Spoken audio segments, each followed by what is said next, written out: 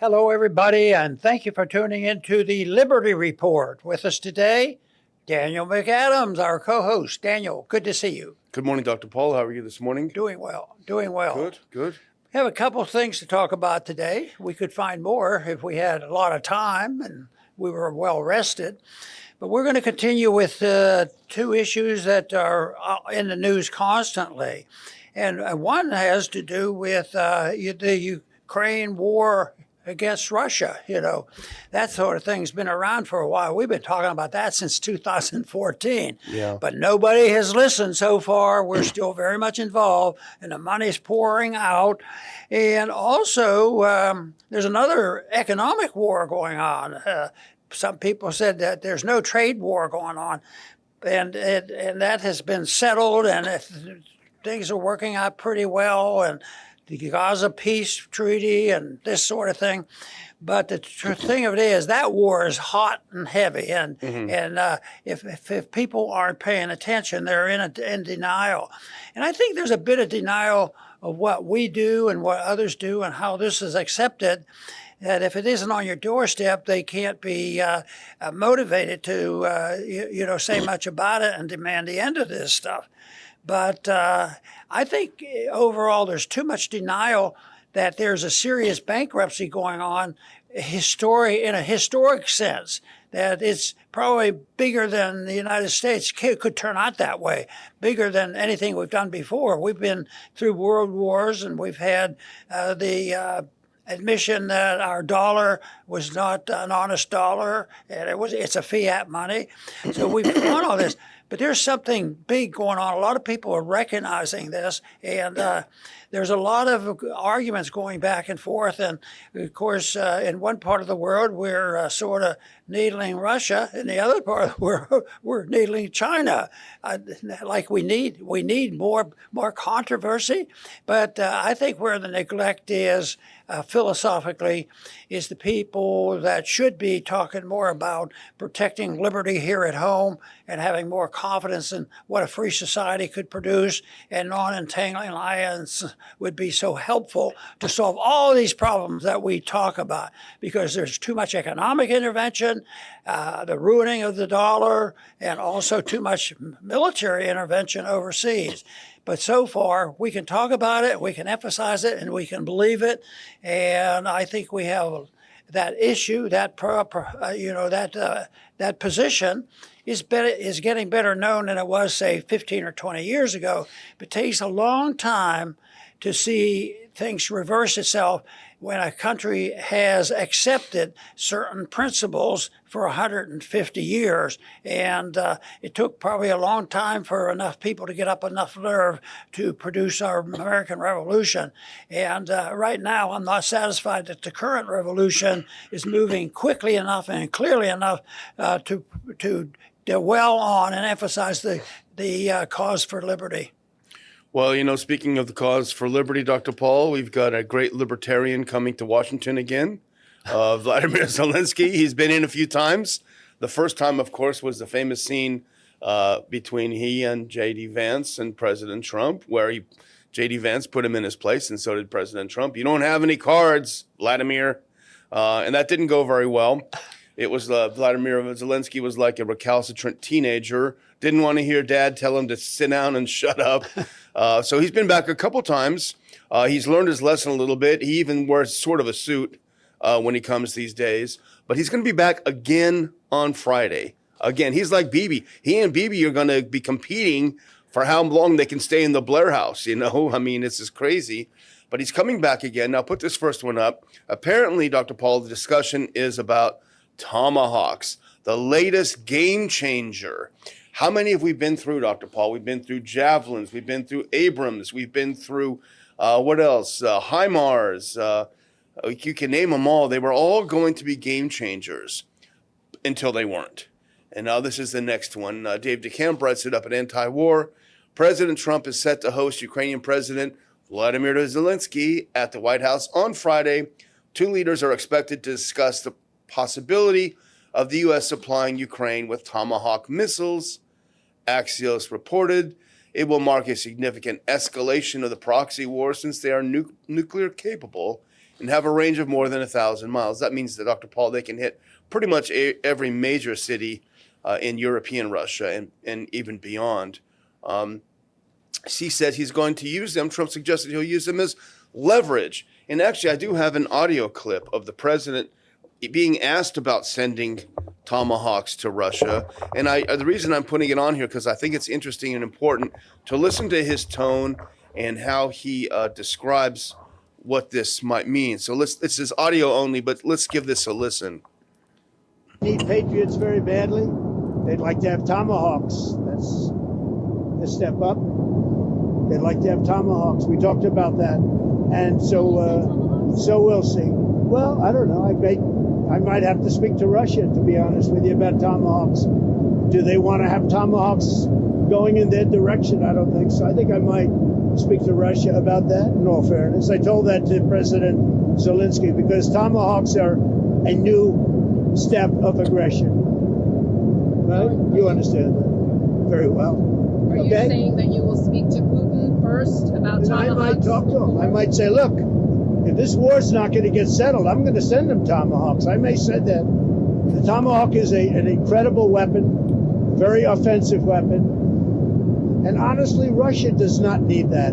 They don't need that. Yeah, I might tell them that if the war is not settled, that we may very well do it. We may not, but we may do it. I think it's on the way into the studio today, I was listening to Colonel McGregor on Judge Napolitano's show, and he was talking about this, and he made a good point, as he often does, is that Putin is sort of treating this as if Zelensky and Putin are his, as I said earlier, teenage sons, and Putin and President Trump is going to tell them, if you don't do this, you're going to get this, and if you don't do this, you're going to get that.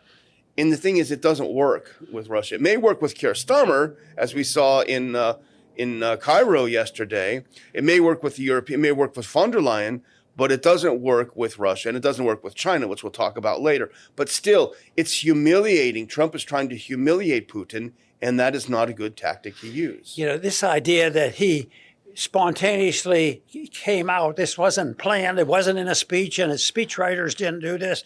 It's describing it, and it was in your quote, very offensive weapon. But then he says, honestly, Russia does not need that. As if his statement like this threat is going to take care of it. They can't even, when some of these weapons are coming in, theoretically they were supposed to be able to identify if a nuke was on its way. They could tell. They can't even tell what's really in the missiles that are coming in. So that is a real mess. But with Zelensky coming to Washington, my first reaction was again. Yeah. Yep, and it's again. But you know what? My little thought on this one was, Zelensky has a powerful vote. We have people in and out of the office, and they influence. We have, Musk and other people, and the political leaders. And what they say is important. But this guy's in and out. But he's won a lot of his desires because he wants more money. But of course, that's a little bit more complicated than just him. He's the messenger, for a group of people that want it also, and everything from the from the military-industrial complex on down. But the message is, but I keep thinking that, boy, why are we even talking about it? He must carry a lot of weight in a political sense. So he has his vote too, but I think that I don't think we should allow foreigners to vote in our elections. Yeah, well, money is a key word that you're using, and the previous administration already sent at least they transferred at least $170 billion from the American middle class to the wealthy class in Ukraine. And I've seen so many videos, I should have put one up, of people in Ukraine with Bentleys, young ladies with unbelievably expensive jewelry, cars. I mean, these people are multi-millionaires. They did not get it through hard work. Most of them are politicians, right? They didn't get it through hard work. And I think we've talked about polls, and I'm sure that the Americans, we know this, we've talked about how unpopular it was to send this money. The American people do not want to spend their money to Ukraine. So Trump comes up with this scheme, which is sort of a fig leaf for it. He says that, well, NATO will buy the Patriots, NATO will buy the Tomahawks, and then they can do whatever they wish with them. It's none of our business. It's just business. Well, the fact of the matter is, what is NATO? It's the United States. That's what it is. And the flow, the cash flow goes from the American taxpayers or more printed money, and is sent to the arms manufacturer or to NATO, and NATO purchases these things, and then they sell them and say, "See, our hands are clean." It's almost like washing my hands. Yeah. We are not participating in this crucifixion, Yeah, and exactly. yet we are. We are participating in it, and that's the biggest hurdle, because it's his nature, and it's not all bad, is to identify with a group of people that you live with and be patriotic. But if you are careless with this, patriotism then lends itself to the supporter of dictators. A lot of times it used to be said that they just march in, they have guns, and they take over. No, they end up getting support and thinking about and talking to people who had personal opinion about Hitler having support. Of course, that's been well known, and yet the people supported him, and then it got out of hand, and then the whole thing went to pot. Yeah, in a literal sense. No kidding. Yeah. Well, the debate about the Tomahawks is really similar to the previous debates. On one side, we need these; it'll be a game changer. On the other side, there's the realization that no matter what happens, it's not going to change the outcome of the war. Just like if I went out for an NFL pro football team right now at my age, it's pretty much easy to conclude that I'm not going to be recruited onto the team, right? So here is now RT, which is the Russian station. They quoted an interesting article from FT, which is the Financial Times, which I don't subscribe to, so I could not get up on my screen. But it's important because this is the point over and over again. And I'll read a little bit from the RT piece. Earlier this week, President Donald Trump called the potential transfer a step of aggression toward Russia, but also warned that he would send them Tomahawks if this war is not going to get settled. They go on to say the Tomahawk missiles are estimated to cost $1.3 million each and have a range of up to 1,550 miles. That range would, in theory, allow Ukraine to strike deep into Russian territory, including Moscow and beyond. Washington could spare 20 to 50 Tomahawks for Ukraine. Stacy Pettijohn, the director of the defense program at the Center for a New American Security. Now, that's a Dr. Paul hawkish neocon think tank. So this Stacy Pettijohn quoted to FT, which also was very, very hawkish. This defense expert said, such a delivery, quote, will not decisively shift the dynamics of the content. Now go to the next one. So that's important to keep in mind, Dr. Paul. It's not going to shift the dynamics. So here is, in response to reports of the possible transfer, President Putin said that Moscow's response would, quote, would be the strengthening of the Russian Federation's air defenses. Kremlin spokesman Peskov noted that operating the Tomahawks would likely require the direct involvement of U.S. military specialists, given the complexity of the system. So Americans will be operating. We've talked about this over and over, Dr. Paul. These will be operated by Americans, a whole new class of weapons, and even according to this neocon who was quoted, they're not going to change the outcome. Boy. So no gain. Medvedev offered his former president, and he still has credibility. Oh, yeah, he's head of their National Security Council. So Medvedev's chilling response to all this was on Monday spelled out that this, quote, could end badly for everyone, most of all for Trump himself. So these aren't hollow words. And yet, if they can shift things, and so far, Trump's handled it pretty well. If he has overstepped the bounds and said something, he switches it. But what's happening is he'll eventually lose credibility. Nobody will know which one to switch. So this weekend, it seemed like it was back and forth. Yeah. This is tough. Oh, no, we won't do that. Oh, yes, we would do that. And And that's very confusing because the situation is very complex. So if you have those answers, but maybe that's done on purpose to keep people off balance. But people off balance, sometimes they do things that they shouldn't be doing and wouldn't do under a much more organized system. Yeah, Medvedev is kind of like the bad cop, good cop, bad cop. Peshkov is kind of the good cop. He's very mild. And Medvedev is known for being a little bit more bombastic. But it's important when you want to gauge what their real thinking is over there. Now, you mentioned this article, put that next one on. This was up on Hedge, and it's important because it talked about the sense in the Kremlin. Now, we have to establish a few things, as we've already talked about, Dr. Paul. He's weighing sending these missiles over there. But yet we know they will not change the course of the war. So no gain. But what about the risk? Well, Medvedev spells out the risk. He understands it very well. Put the next one on. Now, you quoted for the part of what he said, which is that this could end badly for everyone, most of all for Trump himself. And this is an important part. This is probably the most important part. It's been said 100 times in a manner understandable even to the star-spangled man, that it's impossible to distinguish a nuclear Tomahawk missile from a conventional one in flight, said Medvedev. He's alluding to Russian strategic doctrine in a scenario where Moscow leaders believe or suspected a nuclear payload had been launched at Russia. Its military would have the right to respond in kind with nukes. So they're saying we won't know if it's in flight, if it's got a nuclear weapon or not. We may have to assume that it does, and that means we launch our entire array of nuclear weapons, because if you don't use them, you will lose them because the retaliation will take them all out. What I think is very clear cut, looking at what's happened this weekend, is the fact that we've talked about this battle in Ukraine and Russia, and that's accelerating, and there's really some tough words said, and who knows what will happen. But at the same time, the economic system, we are bankrupt. The dollar's on the attack, and there's a recession really ongoing, and there's certainly an inflation going on, and debt is totally out of control. So if you put these together, it's a double whammy.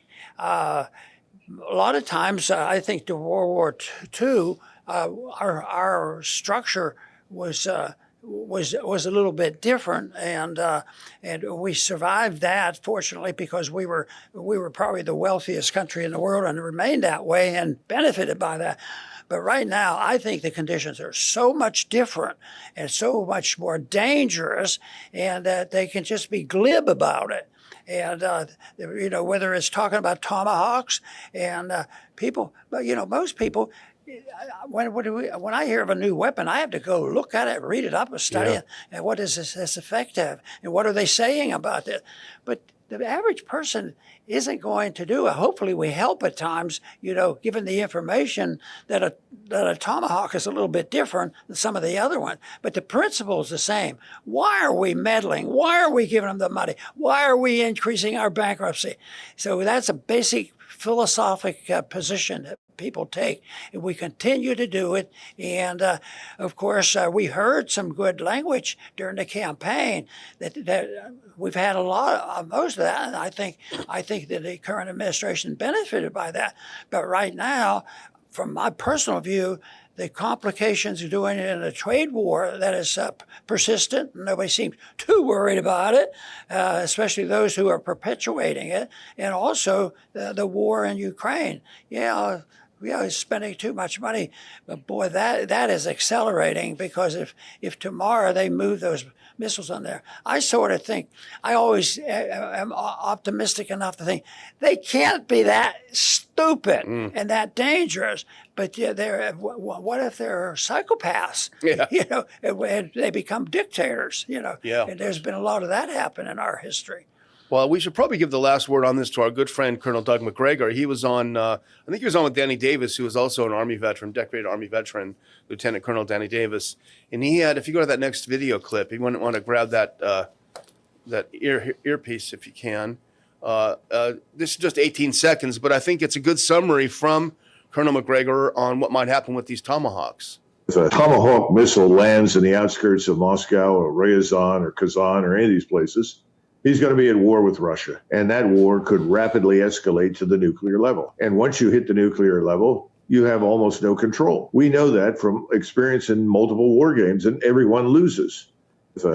Everyone loses is a good description of it. That's- Is it worth it? Everyone loses. It's very true, and it's very serious. But in some ways, that's generally the most wars. Yeah. You know, yes, some will benefit to one degree over the other, but there's a lot of people that lose on both sides. Especially a nuclear war. Yeah. We'll lose a lot.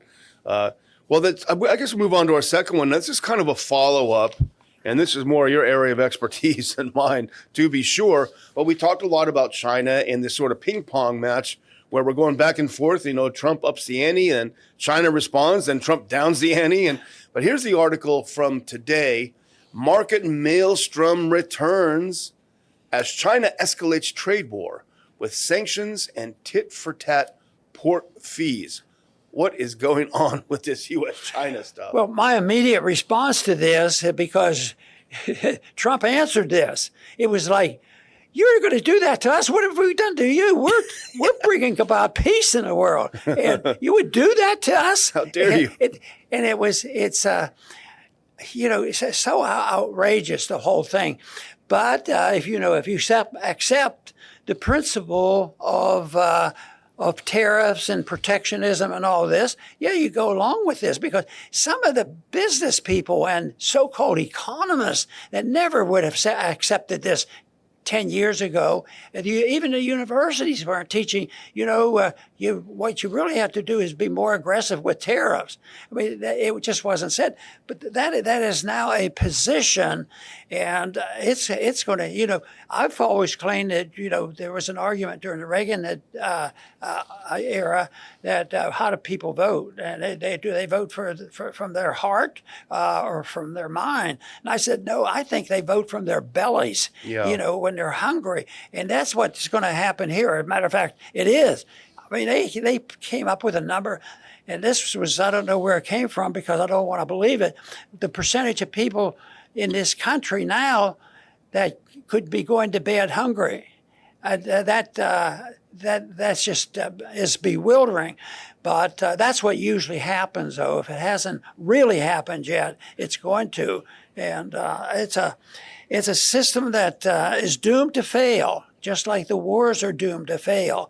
And both sides will fail. Economically speaking, that's generally the case, too, although that was not exactly what was the result of the first Bretton Woods agreement, because the conditions led to us having a tremendous advantage because we had tremendous wealth that we could just, waste away.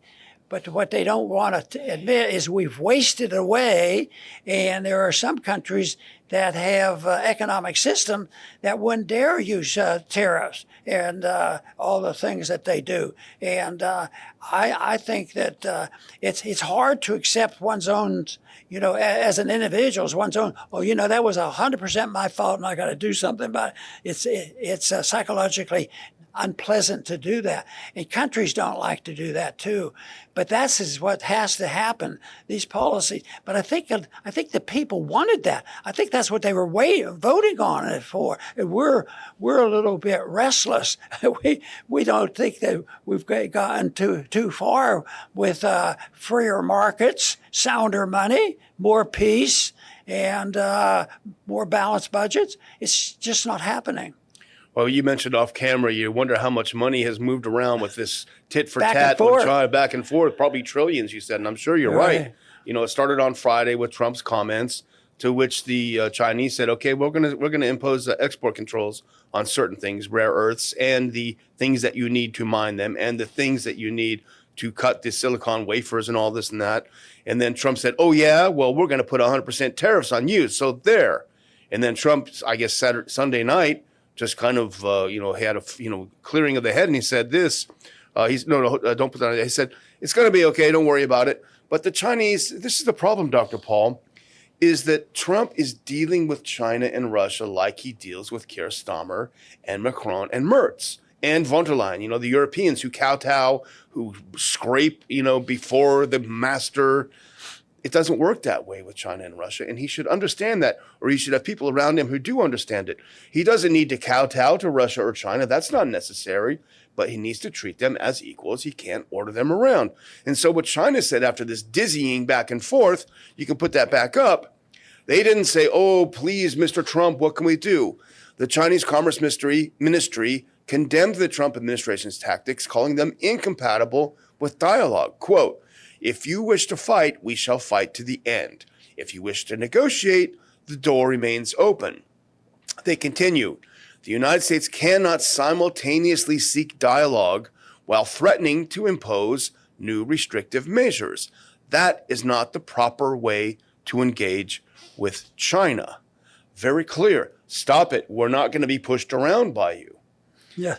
The ultimate test that has to be made on how well these policies are and how they will work, and that is trust. If you can't trust the people you're dealing with on a personal level, on a business level, there are some people, and in a minor way with small businesses, that I wasn't too keen on a lot of complicated contracts, but I was really keen on trusting the person I was working with, and I think it's that trust that it's going to get worse because it's so complicated. It's so mixed up. It's on again, off again. And you have to, a lot of people give Trump credit for, his experience in dealing in these contracts and things.